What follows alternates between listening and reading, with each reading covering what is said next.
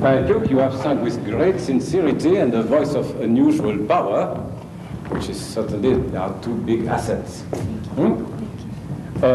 Just maybe a few advice. When you have to start, especially at the beginning of an aria, a high note, especially the un, it seems that the composers were a little bit sadistic when they wrote that also for Nemorino in Una furtiva lagrima. It was twice to start his verses with un. Well, try to think in your mind a related note, maybe a fourth below or a third below, according to what the piano provides. And then in your mind think,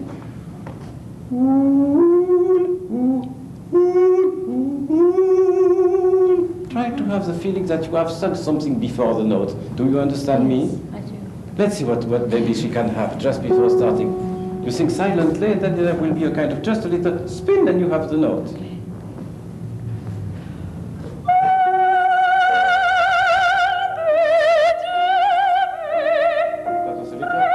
A little easier. Yes, it was. And it would be much more easier if you sang un. So un. Okay. Let's see. Sing your un silently and say it after that. Not ah.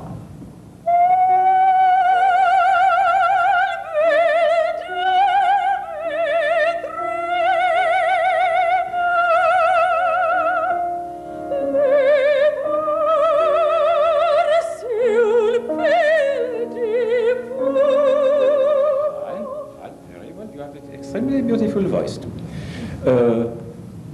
You want to conduct this aria in such a way that there will be, I would say, two climaxes. The first one for no por non morir, okay, and the second one is the final l'aspetto.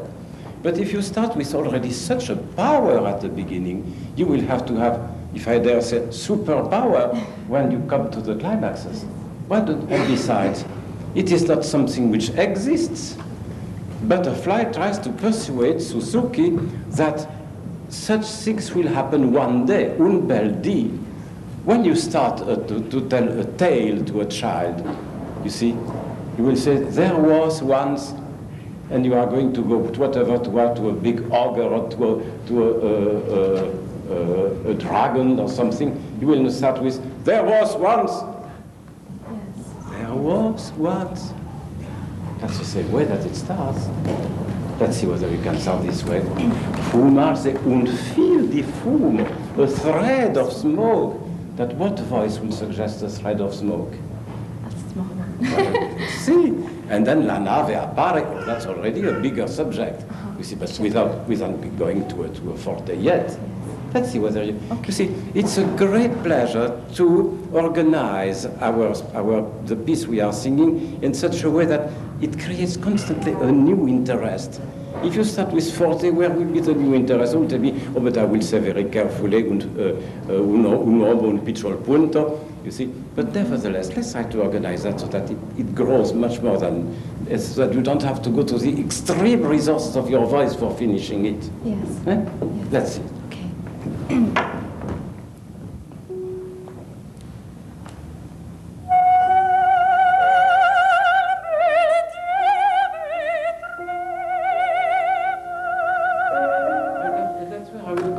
My stupid idea of the vowels. The un. Okay, un bel dì vedremo. Is it un bel dì vedrà? Un bel dì vedremo. Levarsi un fil di fumo. All those vowels are very slim. Yeah. Let's see whether this idea can help you. Okay.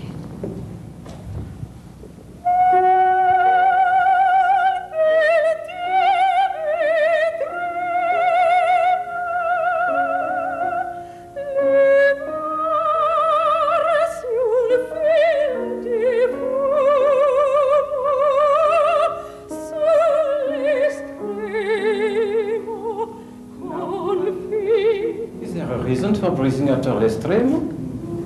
I ran out of air. No, you did absolutely not.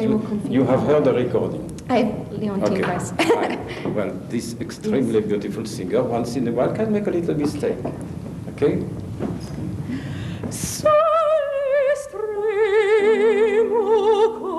No, you had a note. Sull'estremo confine.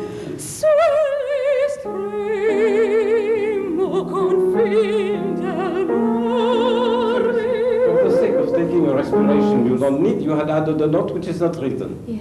Oh, that's a good sport. Yeah. Okay, all right. Yes. Now let's go on. And why would you make portamenti all the time? I don't know. I think that the human voice is capable to give the full value of certain word on the value which is written, and not half the value in the portamento, and then half the value in the portamento. That's not music. Okay. Sull'estremo confil del mare e poi la nave appare. What's wrong with that? But the absence of voice. Yes. Okay. Sull'estremo confin del mare e poi la nave appare. La nave appare, la nave appare. Tell me in confidence, Yes. why do you constantly work out your body like that? I don't know. It's not at all necessary for singing. Yeah. Let's see whether we can keep. Okay. You have a beautiful development of your chest and your body. Let's Okay. be like that, but not all the time push it. Okay. It's not necessary. Every time we touch a vibration, either by pushing it or by locating it against something or by swallowing somewhere, the vibration suffers. Yes. If we could, we would have the impression that the inside of us is like an empty cylinder there, and the vibration goes there by itself and rings by itself. We don't have all the time to urge it. Okay. E poi la nave appare. E poi la nave appare, poi la nave bianca entra nel porto, rompe il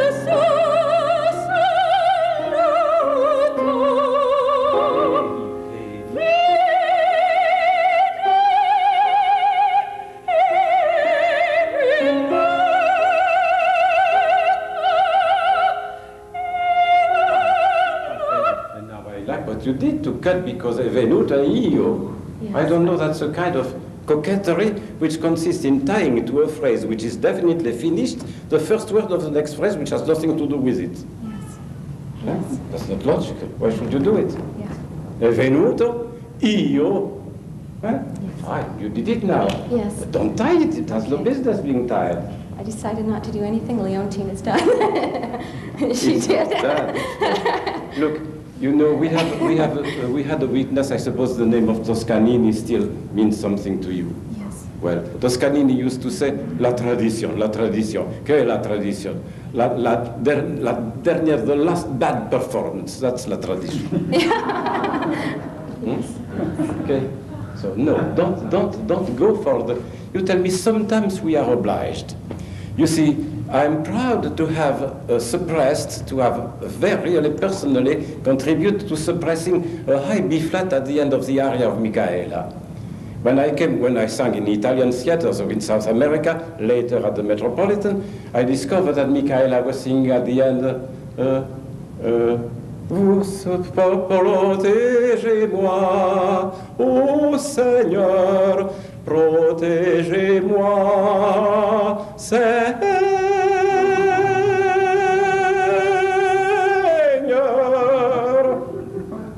The conductor who was to conduct the next revival, that was in 1952, if I'm not mistaken, was Fritz Reiner, and I dared to go to him and said, you have the authority to do this. He was an extremely intense man with a lot of authority. And why do you let the soprano sing this B flat at the end? It kills the whole piece. And he thought it over and said, right, I want to have it. He suppressed it. It hasn't ever been sung anymore. And Micaela has the same success at the end of the aria than when she was adding a B flat. I must say that the innocent victim of my plot was Nadine Connor. Now, don't do all that because somebody else has done it. recordings are very useful. In the recording, you can hear the orchestration, you can hear the right diction. Most of the time, the singer who was recorded had a good way of phrasing, so you can learn the phrasing and so on. But if there are things which are not on the score, think, what about that? And then use your judgment. Okay? Yes. Now, at the end, also, what is the value written for l'aspetto? L'aspetto, half note. What's the last value? What's the value on do? Is it quarter note? It's an eighth note. Eighth note. Why do you hold it forever?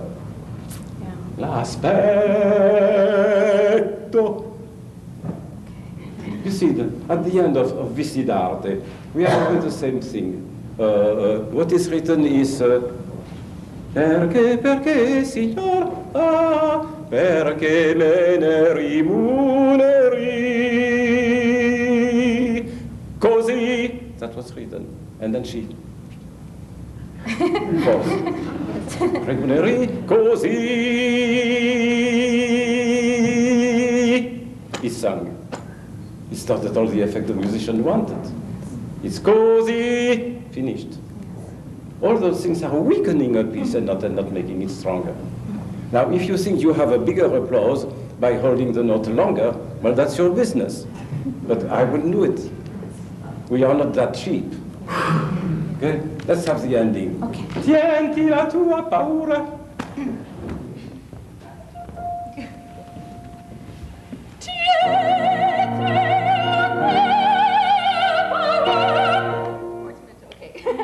Yeah, I won't do it.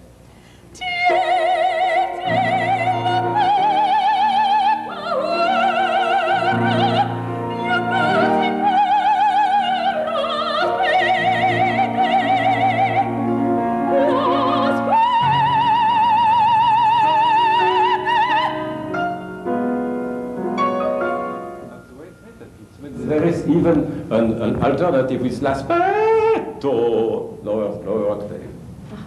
Which could be a much easier way to finish. Yeah. It's written. Okay, so again I have poured upon you buckets of wisdom.